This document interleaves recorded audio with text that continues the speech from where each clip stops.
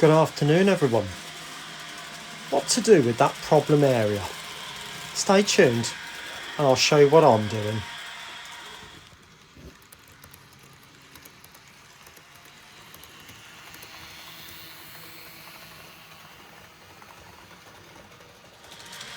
Well, good afternoon, everyone, and welcome back to Piccadilly. If you were in Tim's stream on Saturday evening, you would have heard him announce a video this week all about this area here. But I had a think after he'd said that, and I thought that will be the fourth scenic or ballasting type video that I've done almost in a row. And I thought, I can't do yet another one. Not only am I getting a little bit fed up of doing the scenics, but also it would be nice to do something completely different. Hence, what to do with this area here. Now, this video is not so much about I don't know what to do with it and I'm asking for a lot of help.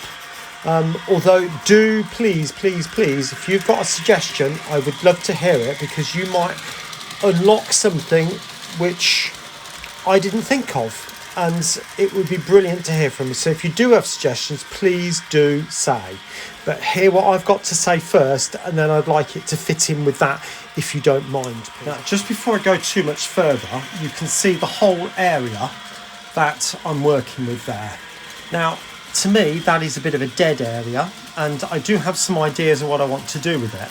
But every layout, unless you plan it right from the very beginning, does have these sort of dead areas where you think, what on earth am I going to do with that? Well, what do you do if you feel like that and you really, your ideas are just drying up, so to speak? Well, the first thing I do is just talk to people, because somebody else might just have the most brilliant idea that you perhaps didn't think of. So, two minds are better than one type of thing. But other than that, think about the train journeys that you've been on, and what sort of things did you see on those train journeys? Maybe you're trying to replicate a particular type of area or a type of situation. So could there be a type of building or scenery or a bridge or a shed of some description that could go into the gaps you're thinking of? It just brought to mind Dave at Dean Park when he had an awkward corner and he asked what should he do with it. He ended up putting a caravan park in. Now, that's a very different idea, a brilliant different idea, but you don't see that very often. So it might be in those sort of things, those sorts of maybe wild ideas, that you might just get your answer. So my thing is, talk to somebody. Right, the area you see in front of me fits in there like that. But I hate it. I really don't like it.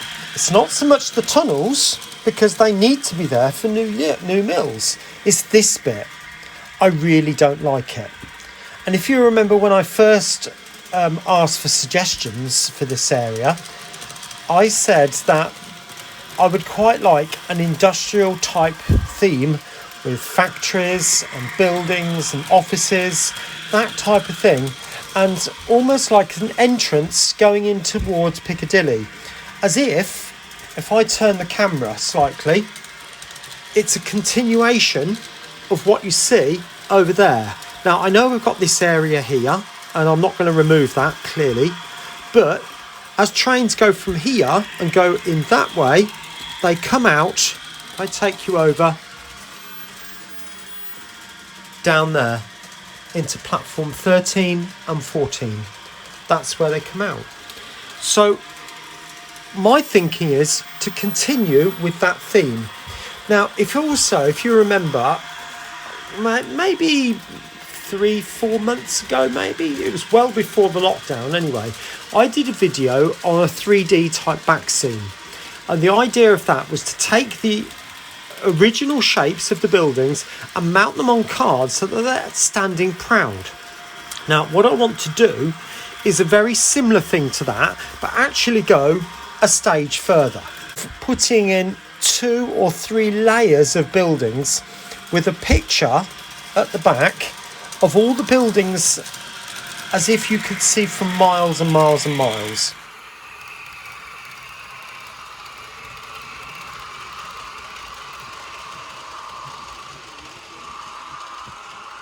Now you can see I've removed all the scenery as was. That's been cut back down, and I'm ready now with a blank canvas to start building on this. Now I know there's an open gap here, but that can soon be covered. That's really not a problem. I've got a flat surface and a piece of card will comfortably sit in there. Now what I'm thinking is using a picture of Manchester scene as it is, and have that come around the back, and that'll be stuck to the back scene, to the painted back scene, and then use some kits. And yes, you might think, John, you don't normally use kits. Well, occasionally I do. The reason being is if something's suitable, then I can't see the point in scratch building it and having to work out all the ins and outs when somebody's done it for me. Welcome downstairs. Now what you can see in front of you is a print off from Google 3D, and what I've done is taken the camera as low as I possibly can and start at one end and take a snapshot, and then copy that into Publisher, move the camera a little bit more and rotate it, take that into Publisher and line it up as best I possibly can, and then keep moving along, snapshot and put it into Publisher and join them all up. Right, welcome back. Now, as you can see, I've literally just gone through the whole of this image and then stuck it all together, and then gone through significant buildings and cut it out from the background. That gives me the skyline. Now, I've gone ahead a little bit now, and what I've done is I've cut significant buildings out to make a middle ground, and I've stuck those to 2mm grey board, and then literally gone around the edges and make sure they're all nice and flat, as you can see. Now I'm picking up a suitably coloured pen, and then I'm going to colour the edges according to the colour that's on the front of the building. So if the building has got a browny red on it, I'll colour that part of the edge a browny red colour. If it's grey, I've coloured it grey. Right, so there you go, that's all stuck on.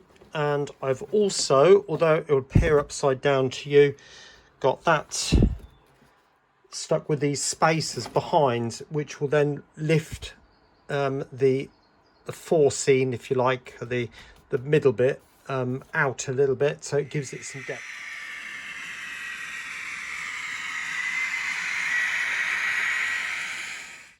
Okay, we've got scale model scenery back scene building here, and you can see it's just one sheet of paper. That's all it is. So the idea would be that you literally just stick that to your back, the back scene, and that's a building you'd have way in the distance, so you could barely see the details, and the shadows around the outside of the building have been emphasized slightly in a trompe-l'oeil type of way to give the impression that the windows are set back. But I'd like to use this building, but there's a couple of things, a couple of problems for me or things I've got to address.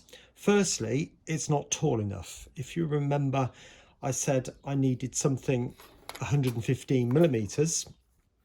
Well, first of all, we're barely touching 80. So that's the first issue, which I'll solve in a minute.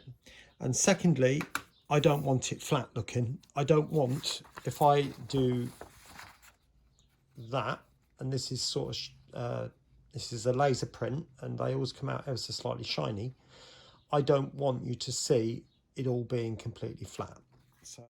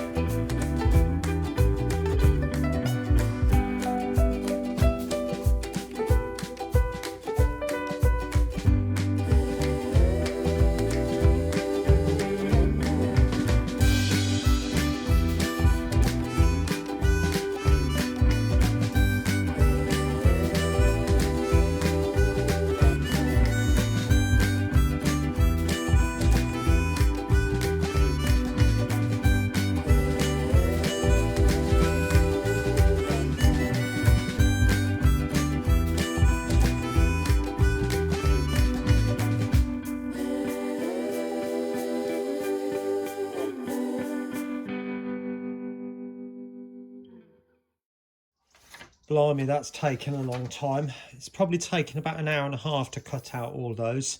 And you can see there's just a sample of all the windows that have just come out.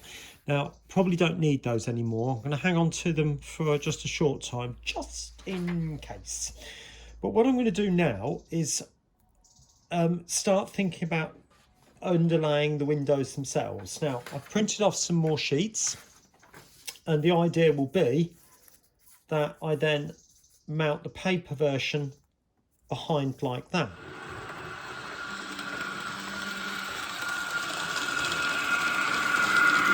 Right, next bit. Now, I've already gone ahead and started doing some of this, but it's really not rocket science. Piece of similar paper to what we've got here. It isn't exact, but it's not far off, and I think with a bit of a wash afterwards it'll be fine. Making sure that you get the brickwork going horizontal. That would be embarrassing, wouldn't it, if you got that the wrong way around. And it's literally just a case of filling in these gaps. I'm just going to put an amount on there, so I'm just going to cut that one about there, like that. This really is not rocket science, it really isn't. And then just scrape it over the glue like so, all the way, like that. Place it on there, leave yourself enough room to overlap, like that. Trim down the other side so you've got an equal distance there to there, give or take. Doesn't have to be exact, but would help. A bit more glue over the top. This particular glue stick that I've got is going sloppy. If you're familiar with what I mean, if you use a lot of glue sticks, you can see that it's soft. It happens to them. They don't last forever, and I buy them by the box because it's cheaper. So I buy a box of 30, and case of sticking it on. It really, like I keep saying, this is just not rocket science. And all in these little gaps, like that. Making sure that they end up straight and in the middle of the two sets of windows either side, because it would look odd if it was one wavy and two wonky or something like that. And then just a case of cutting it off.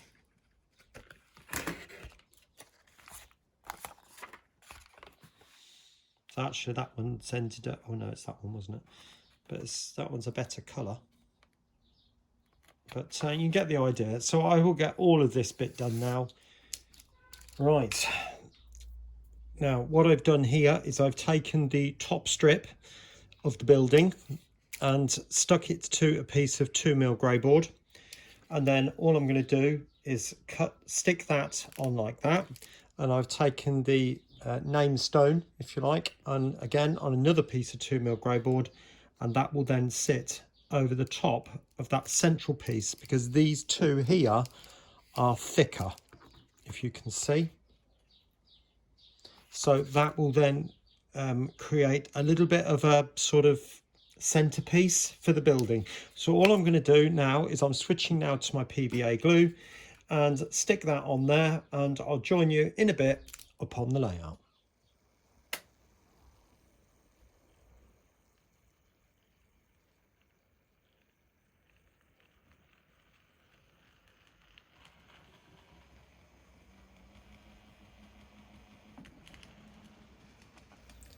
Right, there it is.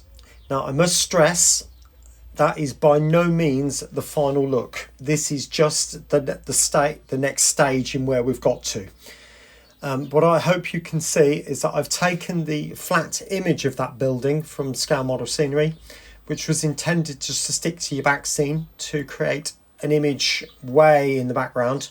But by recessing the windows and bringing the details forward slightly, it gives the building a lot more of an interesting look.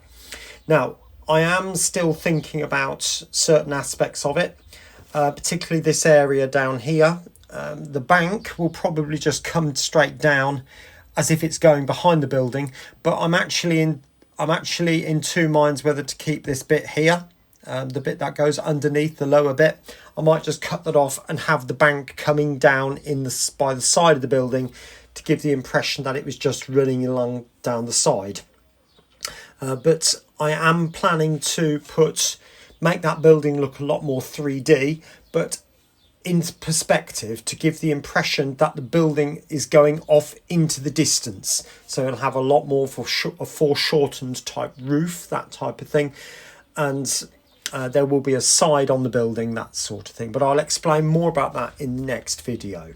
This area here, I'm planning on putting like a warehouse type dock in this area here. There's a kit that I've seen on scale scenes with a platform, which I could cause to be a little bit run down, perhaps not to the same degree as on Piccadilly sidings by any means, but just to indicate that it's less used, if you like, and there certainly won't be any line going to it. And along the top here, maybe a block of flats, an office block, that type of thing, just coming up out of the ground. There will be probably a girder bridge running across the face of that for a certain part of it anyway. And then once I've got space for the buildings to sort of land, if you like, they will then go round the corner and into a wall. And then the buildings can sort of take on a 3D look in this area here. But that's all for the future. Probably 2 or even 3 more videos. I don't know yet. We'll have to wait and see. But I hope you can get the idea of the type of thing what I'm intending here. And certainly the impression is to give this huge feeling of distance. And, so we'll take it one step at a time. Anyway, moving on to the next part now. The top video, which will be appearing on your screen in a moment, will be the detailing of this area down here and what I did for all of that. And the bottom video is going to be the next one in the new Mills series, which I think is either number 7 or number 8. Anyway, take care. I'll see you again soon. Bye for now.